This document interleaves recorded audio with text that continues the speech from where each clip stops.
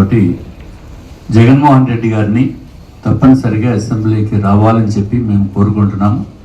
ఎందుకంటే ప్రజాప్రతినిధులుగా ఎమ్మెల్యేస్ని ఎన్నుకోవడం అంటే వారు సమస్యలు, ఆ నియోజకవర్గంలో సమస్యలు కానీ, ఆ చుట్టుపక్కల నియోజకవర్గంలో ఉన్న సమస్యలు కానీ, ఆంధ్ర రాష్ట్రంలో ఉన్న సమస్యలు కానీ ప్రభుత్వం దృష్టికి తీసుకుని వెళ్ళటానికి అత్యున్నతమైన వేదిక. అటువంటిది జగన్మోహన్ రెడ్డి గారు వారు ఎమ్మెల్యేస్ని కూడా అసెంబ్లీకి వెళ్ళొద్దు అని చెప్పడం అనేది చాలా చాలా అత్యంత దారుణమైన విషయం. వారు వర్గంలో ఉన్న ప్రజలకి ఏ విధంగా ముఖం చూపించుకుంటారు, ఏ విధంగా సమాధానం చెప్తారు.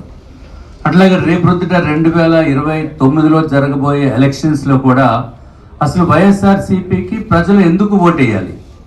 ఓటేసి అప్పుడు కూడా ఆయనకి ఏదైతే ప్రతిపక్ష హోదా కనుక రాకపోతే మళ్ళీ ఆ ఓట్లన్నీ కూడా వేస్ట్ అయిపోతాయి. కాబట్టి జగన్మోహన్ రెడ్డి గారిని ఎవరో తప్పుదోవ పట్టిస్తున్నారు. తప్పనిసరిగా ఇందాక మాధవ్ గారు చెప్పినట్టుగా ఏదైతే ఆయనకి రావాల్సిన టైంతో పాటు మేము 8 మంది ఎమ్మెల్యేస్ ఉన్నాం, మా టైం కూడా కాస్త వారికి కూడా ఇచ్చి వారికి ఎక్కడా కూడా ఇబ్బంది లేకుండా వారు కావలసిన టైం వచ్చేటట్టుగా మా ప్రయత్నం కూడా చేస్తాము. గౌరవ ముఖ్యమంత్రి గారు అట్లాగే స్పీకర్ గారు తప్పనిసరిగా ఎవరన్నా ఒక ప్రతిపక్ష హోదా లేనప్పటికీ కూడా ప్రతిపక్షంలో ఉన్న వారికి అత్యంత సమయము ఇచ్చే పరిస్థితి ఉంది. ఇదివరకు నేను 2014 నుంచి 2019 వరకు అసెంబ్లీలో భారతీయ జనతా పార్టీకి 4 ఎమ్మెల్యేస్ ఉన్నప్పటికీ కూడా నేను యాజ్ ఎ బీజేపీ ఫ్లోర్ లీడర్గా నేను ఒక్కడనే మాట్లాడింది 33 గంటలు నాకు సమయం వచ్చింది. అప్పుడు జగన్మోహన్ రెడ్డి గారు కేవలం 26 గంటలు మాట్లాడారు, మేజర్ ప్రతిపక్ష హోదా ఉన్నప్పటికీ కూడా.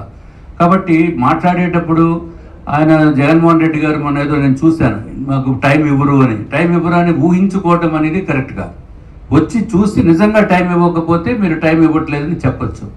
ఇది సరైన పద్ధతి కాదని చెప్పి మీకు అందరికీ కూడా ప్రజలకి కూడా తెలియజేస్తున్నాం. అట్లాగే జగన్మోహన్ రెడ్డి గారిని ఒక ఎమ్మెల్యేస్ని పంపించండి. నమస్కారం. ఉన్న ఇది కాన్స్టిట్యూషనల్ రూల్స్ 10% సీట్స్ ఉంటేనే కానీ ప్రతిపక్ష హోదా అఫీషియల్గా రాదు. సో 18 మంది సీట్లు ఉంటేనే కానీ రాదు. అది అందరికీ తెలిసిన విషయమే. సో దాని గురించి పెద్ద డిస్కస్ చేయవలసింది ఏం లేదు. అసెంబ్లీకి ఆహ్వానిస్తున్నాం, సాధారణంగా ఆహ్వానిస్తున్నాం, గౌరవంగా ఆహ్వానిస్తున్నాం. ఎందుకంటే ఇది గౌరవ సభ కాదు. మళ్ళీ చెప్తున్నాం, గౌరవ సభ కాదు. ఇందులో ఎవరు తప్పుగా మీకోసం మాట్లాడరు, మిమ్మల్ని గౌరవంగా చూస్తారు. కాబట్టి దయచేసి మిమ్మల్ని ఎన్నుకున్న మీ నియోజకవర్గ ప్రజల కోసమైనా మీరు రండి. ఇప్పుడు మీడియా ముందు ఎక్కడెక్కడ మీడియా మీటింగ్లు పెట్టి మీడియా ముందు ఇప్పుడు ఉన్న ప్రభుత్వం మీద ఏదేదో మాట్లాడుతున్నారు. ఆ మాటలేవో, ఆ చర్చ ఏదో, అసెంబ్లీ ఉంది మనకి, శాసనసభ్యులుగా మనందరికీ అసెంబ్లీ ఉంది, అసెంబ్లీలో చర్చిద్దాం. దయచేసి మీరు అసెంబ్లీకి వచ్చి మా పక్క వరుసలోనే కూర్చుంటారు. మీరు కూడా దయచేసి గౌరవంగా మిమ్మల్ని చూస్తాం. మళ్ళీ రిక్వెస్ట్ చేస్తున్నాం, మీడియా పరంగా మిమ్మల్ని వైసీపీ ఎమ్మెల్యేలు అందరినీ కూడా రిక్వెస్ట్ చేస్తున్నాం. దయచేసి అసెంబ్లీకి వచ్చి ప్రజా సమస్యల మీద సరైన చర్చ పెడదామని చెప్పి ఆహ్వానిస్తున్నాం. మీడియా అందరూ కూడా ధన్యవాదాలు తెలియజేస్తున్నాం. ఏర్పాటు చేసిన విందు